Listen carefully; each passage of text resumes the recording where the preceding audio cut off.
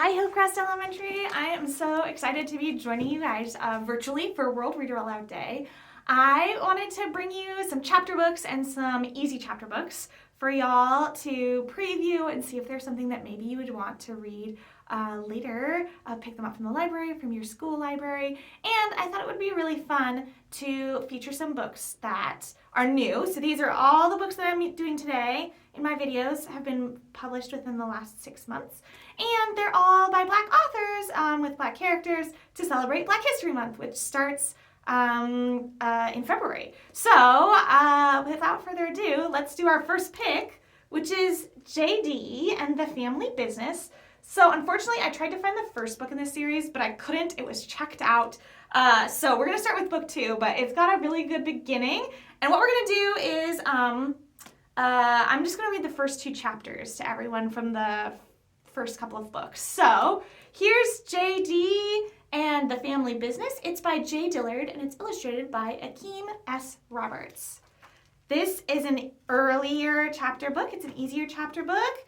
You can see it's got a lot of chapters. The chapters aren't very long. And there's a couple of pictures, so I'll show when there's something illustrated in the text. All right, I'm going to take it away.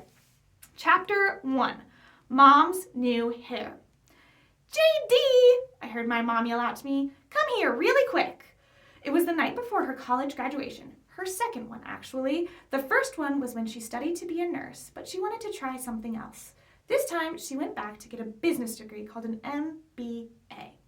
She'd be starting a new job at the mayor's office. I had a newish job too, and I was only 8 years old. After I won the Great Barber Battle of Meridian, Mississippi a few months ago, I started working for the one real barbershop in town, Heart and Son. With the money I made on Saturdays, I bought candy and comics.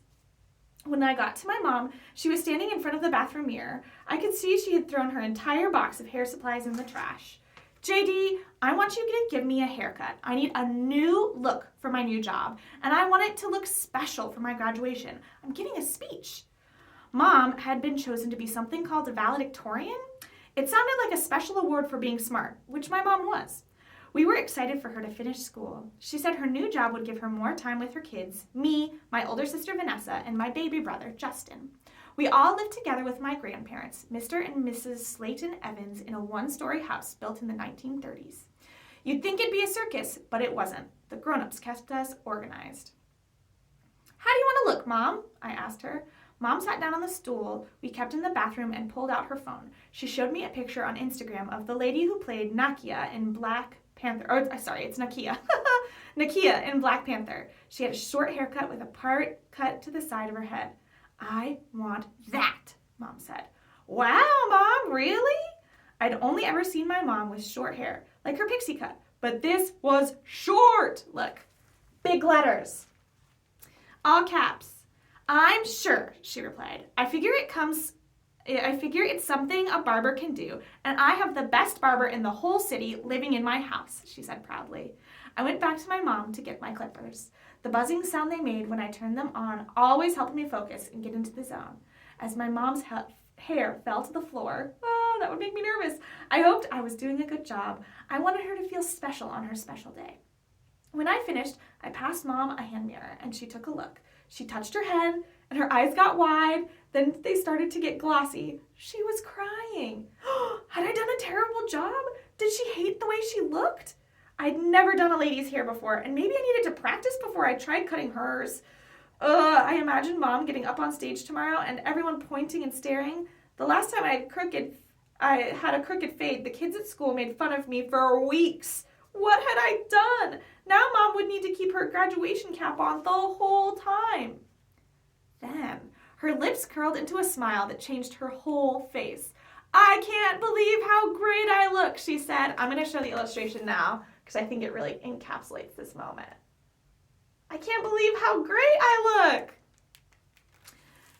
she said. "No one had ever cried in my barber chair before. Thankfully, those were tears of joy. And my son, James, is the reason why I look so great," she added. I felt so good and warm inside. Now I was excited that my work would be on display in front of hundreds of people at the university auditorium tomorrow. Something like that hadn't happened to me since the Great Barber Battle. After I won, people would fist bump me, let me cut in line, or give me free samples at ice cream shops. There was even an article written about me in the Meridian Star newspaper. Granddad framed the article and hung it in the living room next to some artwork I drew. It was the best! I had been wondering if I was losing my touch. I'd had to pay for my own ice cream for weeks. Was I being forgotten? Mom gave me a tight hug and left the room beaming. At least she was still my biggest fan. Granddad dropped Mom off early for her graduation rehearsal in the morning.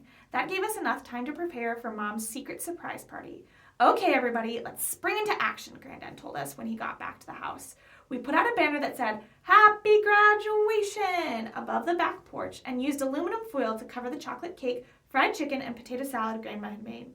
Everyone who was invited was asking to bring an extra dish, and I was looking forward to eating everything when we got back.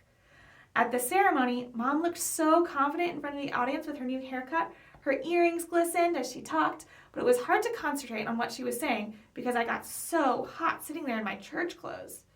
The good thing was that not only was Mom out of school, so was I. Summer vacation was about to start. Well, Douglas Elementary School was about to finish up, but Evan's summer school program would be in full effect.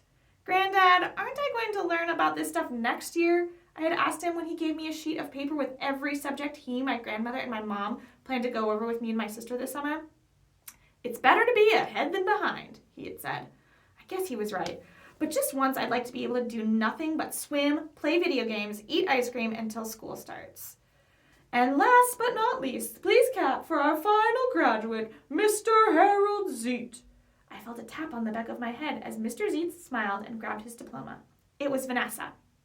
She handed me a piece of paper. It read, I have an idea for how to have the best summer ever. Let's talk at the party. This deal will expire, so don't miss out. My sister had a huge grin on her face. She only smiles like that when she's up to something. Like the time she got the idea to sneak out of church and go home to finish watching The Mandalorian after our friend Jessica shared her Disney Plus password with us. Vanessa timed it perfectly so we could get back before anyone knew we were gone. What did she have in mind this time? And how much trouble would we get in? I'm wondering how long the next chapter is. I think I'm going to do one chapter from each book. So that is the first chapter of JD and the Family Business by J. Dillard, and it's got illustrations by Akeem S. Roberts. So if you really liked that one, you should give it a try, and hopefully you enjoyed following along. All right, I'll see you in the next video if you get a chance to watch them all, and if not, I hope you enjoyed this one. Happy World Read Aloud Day!